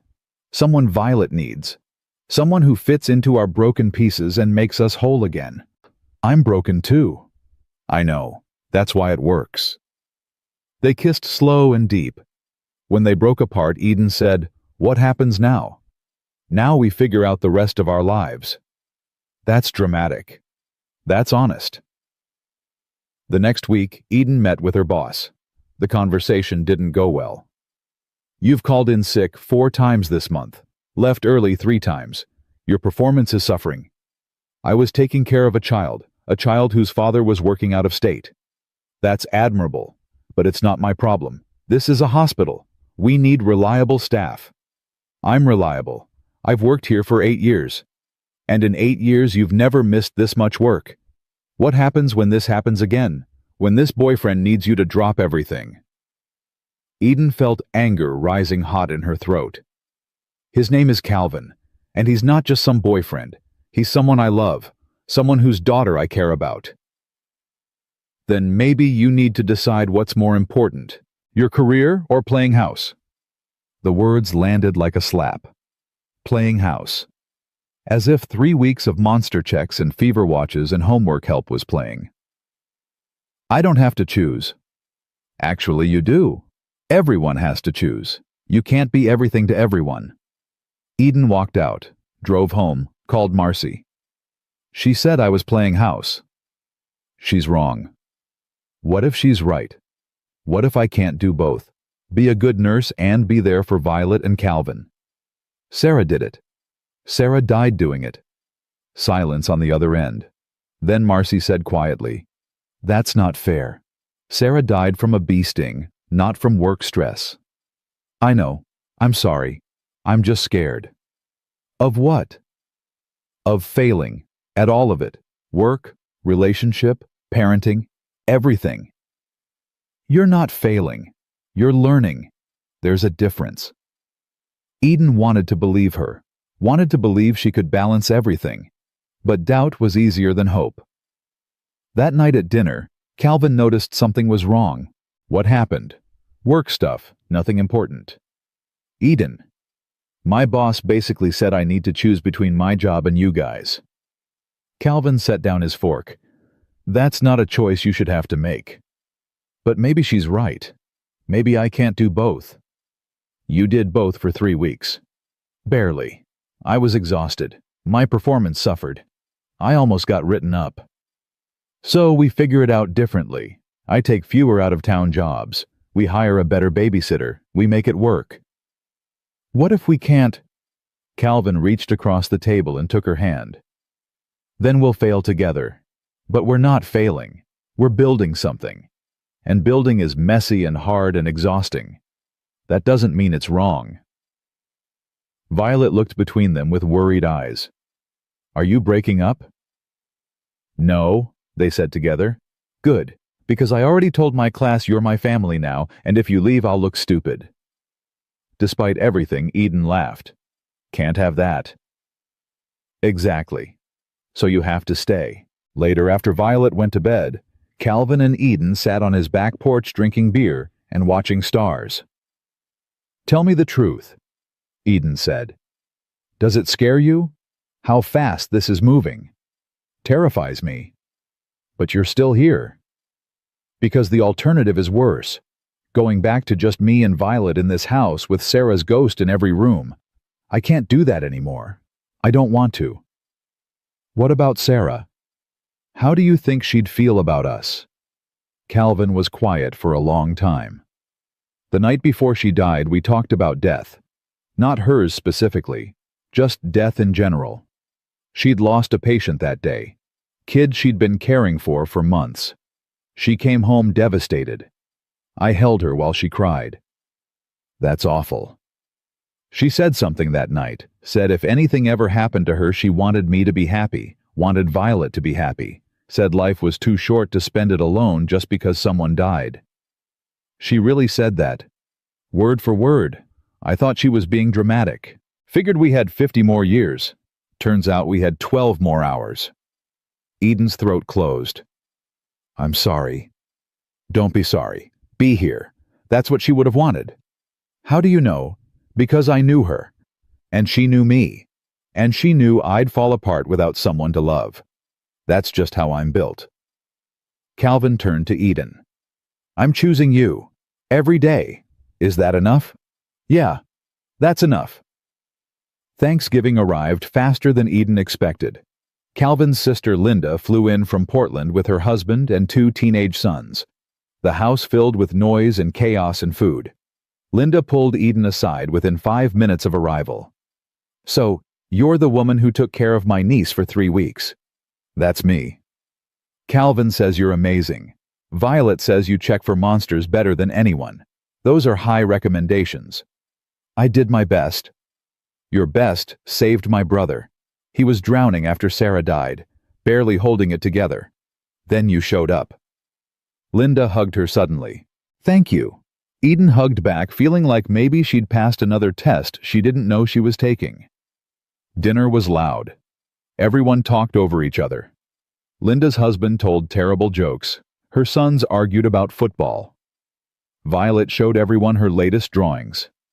Calvin kept catching Eden's eye across the table and smiling.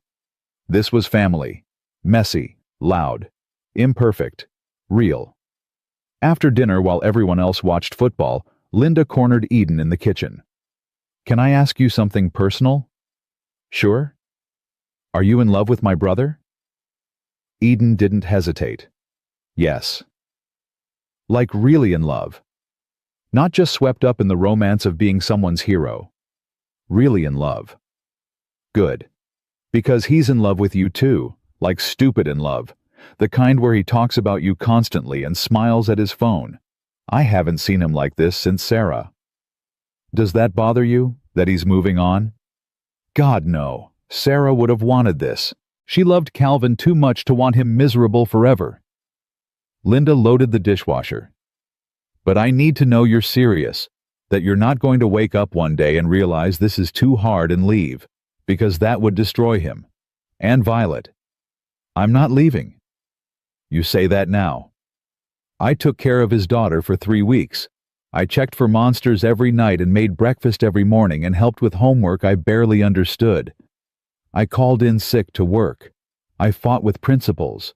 I held her while she cried about her dead mother. I'm not doing all that just to leave." Linda studied her face, then smiled. "Good answer. Welcome to the family." That night, lying in Calvin's bed after everyone else was asleep, Eden said, "Your sister interrogated me." "I know. I told her not to. She needed to make sure I was serious." Are you really asking me that? After everything?" Calvin rolled to face her. "I'm asking because I want to marry you, and I need to know if you want that too." Eden's heart stopped. "What? Not now, not tomorrow, but someday. I want to marry you. Want you to be Violet's stepmom officially. Want us to be a real family." "We are a real family. You know what I mean." Eden did know. Knew the difference between choosing to be together and making it permanent, legal, forever. "Ask me again in 6 months." "Why 6 months?" "Because I want to be sure. I want us both to be sure. I don't want to rush this and mess it up." "Fair enough. 6 months." Calvin kissed her forehead. "But I'm telling you now, 6 months from now I'm asking, and I'm hoping you say yes. We'll see." "You're going to say yes?" "Confident." "Correct." The months passed in a blur of ordinary life. Tuesday spaghetti dinners became a ritual. Eden moved more of her clothes into Calvin's house, then more of her things. Then one day she realized she'd basically moved in without any official conversation. "Should we talk about this?" she asked one morning. "About what?" "About the fact that I'm living here." Calvin looked up from making coffee. "You want to talk about it? Do you?" "Not particularly, unless you want to leave." "I don't want to leave." "Then we're good." "That's it." "That's it. You live here now. Congratulations." Eden laughed. "Most romantic move and announcement ever. I'll put it on a cake later." Her boss at the hospital wasn't thrilled about her adjusted schedule, but couldn't fire her for taking care of a child. Eden found a rhythm. Worked 4 10-hour shifts instead of 5 8s. Was home for dinner most nights. Made it work. Violet's therapy sessions continued. Slowly, gradually, she started calling Eden by her name without hesitation. Started including her in stories about school. Started saying things like, "Eden and I," instead of just "I." One night, 6 months almost to the day after Thanksgiving, Violet asked Eden to help with a school project. "It's about families. I have to draw my family tree." Eden pulled out construction paper and markers. "Okay, let's start with your grandparents." "Which ones, mommy's parents or daddy's parents?" "Both." They drew names and connected them with lines. Added Calvin. Added Sarah. Added Violet. "Where do you go?" Violet asked. Eden's hand froze. "I don't know. Where do you think I should go?" Violet thought about it. Drew a line from Calvin to Eden. "Right here, because you're Daddy's person. And you're my person too. So you go here." "Are you sure?" "Yeah. You're family. Even if Mrs. Henderson doesn't think so." "Mrs. Henderson's still being difficult." "She stopped after Daddy yelled at her on the phone, but I know she still thinks it." Violet added a heart next to Eden's name. "I don't think it, though. I think you're exactly where you're supposed to be." Eden pulled her into a hug. "Thank you, sweetheart." "You're welcome. Can we have ice cream now?" "Nice try. Homework first." That weekend, Calvin took Eden to Rosewood Cafe, the same cafe where everything started. Mr. Castellano, the owner, who Eden had never officially met but heard about from Calvin, greeted them at the door. "The couple. The famous couple, you're back." "We've been meaning to come back," Calvin said. "Just took us a while." "No matter. You're here now. Your table is ready." He led them to the same table where Trevor had humiliated Eden and Calvin had intervened. Eden sat down feeling the weight of that night. 7 months ago. A lifetime ago. "Why here?" she asked. "Because this is where we started. Seemed fitting." They ordered lasagna and tiramisu, the same meal from that first night. When it arrived, Calvin pulled out a small box. Eden's heart started racing. "Calvin, I said 6 months. It's been 6 months." "It's been exactly 6 months tomorrow." "Close enough." He opened the box. Inside was a simple gold ring with a small diamond. "I'm not good at speeches. Sarah always said I talk too much when I'm nervous, so I'm going to keep this short." "Okay." "Eden Morrison, you walked into my life on the worst night of yours. You were broken. I was broken. We were two disasters who had no business falling in love. But we did. And you loved my daughter when you didn't have to. And you loved me when I was still grieving my wife. And you never asked me to choose between my past and my future. You just stood there and waited until I was ready." Tears were already streaming down Eden's face.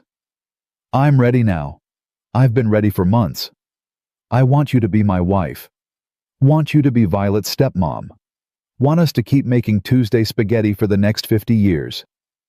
Will you marry me?" Eden looked at this man who'd stood up for her when no one else would, who'd trusted her with his daughter, who'd chosen her every single day. "Yes." "Really?" "Really." Calvin slid the ring on her finger with shaking hands. It fit perfectly. They kissed across the table while Mr. Castellano rang a bell and announced to the whole restaurant that the couple who started at this table was now engaged. Everyone applauded. Eden laughed through her tears. Calvin held her hand like he'd never let go. They called Violet from the car, put her on speaker.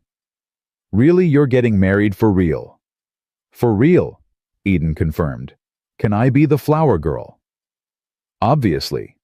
Can we have a unicorn cake?" Calvin laughed. "We'll discuss the unicorn cake." This is the best day ever. Linda called next, then Marcy, then everyone they knew. By the time they got home, Eden's phone was exploding with congratulations. They found Violet waiting on the porch with Aunt Linda, who'd been babysitting. The little girl launched herself at them both. "I knew it. I knew Daddy was going to ask. He kept acting weird all week." "I wasn't acting weird," Calvin protested. "You were totally acting weird. You cleaned the house. You never clean the house." That night, after Violet finally fell asleep talking about wedding dresses and flowers and unicorn cakes, Calvin and Eden lay in bed staring at the ceiling. "We're engaged," Eden said. "We're engaged." "That's crazy." "Yeah. I love you. I love you too." They got married 4 months later. Small ceremony in Violet's school gym because Violet insisted all her classmates needed to be there. Linda flew in. Marcy was maid of honor. Violet wore a purple dress and carried a basket of flower petals she threw with theatrical flair. Mrs. Henderson attended. Sat in the back, looking like she'd swallowed something sour. Eden didn't care. The ceremony was short. They wrote their own vows. Calvin promised to keep making spaghetti. Eden promised to keep checking for monsters. Violet stood between them, holding both their hands. When the officiant said they could kiss, everyone cheered. Violet loudest of all. The reception was held at Rosewood Cafe. Mr. Castellano catered. The tiramisu was perfect. There was no unicorn cake, but there was a regular cake with a unicorn on top, which Violet declared acceptable. During the first dance, Calvin whispered, "Thank you for saying yes. Thank you for asking. Think we'll make it?" "Yeah, I think we'll make it." They made it. Years passed in the beautiful chaos of family life. Violet grew up, got braces, started middle school, wrote an essay about having two moms, and only one of them died, but both of them loved her. Eden read it and cried. Calvin framed it. They had twins when Violet was 12. Twin boys who screamed constantly and never slept. Violet helped. Complained constantly, but helped. "This is what you wanted," she'd say at 3 a.m., while Eden walked a crying baby around the living room. "Apparently." "You're insane." "Probably." But they were happy, exhausted, covered in baby spit up, but happy. Every Tuesday they went to Rosewood Cafe, even when the twins were crying. Even when Violet had homework. Even when Calvin was exhausted from work. Every Tuesday without fail. Mr. Castellano kept their table reserved, started ringing a bell whenever they arrived, announced to the whole restaurant that the family who proved love starts with kindness was here. Eden never got tired of it. One Tuesday when Violet was 15 and the twins were 3, they sat at their usual table. Violet was texting. The twins were coloring. Calvin and Eden were drinking coffee and stealing bites of each other's meals. "Remember the first time we came here?" Eden asked. "How could I forget you were crying? Trevor was being an asshole. I was trying to be a hero." "You were a hero." "I was terrified." "Me too." Violet looked up from her phone. "You guys are so sappy." "We're romantic," Calvin corrected. "Same thing." But she was smiling. One of the twins dropped a crayon. Eden bent to pick it up. When she straightened, she saw them. Her family. Calvin stealing a breadstick. Violet rolling her eyes, but laughing. The twins making a mess. This was her life. This noisy, chaotic, imperfect life. And it was beautiful. That night, lying in bed after everyone else was asleep, Calvin pulled Eden close. "You ever regret it? Saying yes to all this?" "Never. Not even when the twins were screaming at 3 a.m.? Not even then." "Good. Because I'm never letting you go." "Good. I'm never leaving." They fell asleep like they always did. Tangled together. Exhausted. Happy. Years later, when Violet graduated high school and gave a speech about resilience and family, and the people who choose to love you even when they don't have to, she thanked Eden by name. Called her the woman who taught her that family isn't about biology. It's about showing up. The whole auditorium stood and applauded. Eden cried. Calvin held her hand. When they got home that night, Violet hugged Eden tight. "Thank you for showing up. All those years ago. Thank you for staying. Thank you for letting me. I love you. I know I don't say it enough, but I love you. I love you too, sweetheart." "Not sweetheart anymore. I'm 18. "You'll always be sweetheart." Violet laughed. "Fair enough." On their 10th wedding anniversary, Calvin and Eden went back to Rosewood Cafe alone, just the two of them. Mr. Castellano seated them at their table, brought them lasagna and tiramisu without asking. 10 years, Calvin said. "We made it 10 years. Told you we'd make it." "You were right. I'm always right." That's debatable. They ate slowly, talked about everything and nothing, about Violet starting college, about the twins starting kindergarten, about the decade they'd built together. When the check came, Calvin pulled out his wallet. Eden noticed the edge of a photo sticking out. Sarah, smiling, still there. You still carry her picture, always will. She's part of my story, part of who I am. I know. Does it bother you? No. She made you who you are, the man I fell in love with. I'm grateful to her. Calvin's eyes got shiny. She would have liked you, would have loved that Violet has you, would have been happy we're happy. I hope so. I know so. They walked out of Rosewood Cafe hand in hand, the place where everything began, where a cruel rejection became a beautiful beginning, where two broken people found each other in the wreckage and decided to build something new. 10 years, 3 kids, countless Tuesday dinners, thousands of monster checks, one beautiful, messy, imperfect life. And Eden Morrison, the nurse who'd once believed she was too much and too broken to love, finally understood the truth. She wasn't too anything. She was exactly enough. For Calvin, for Violet, for their whole chaotic family. Sometimes the worst moment of your life is actually the beginning of your best life. Sometimes cruel rejection leads you exactly where you need to be. Sometimes a stranger becomes family. Sometimes broken people heal each other. Sometimes love wins. And this time, love won.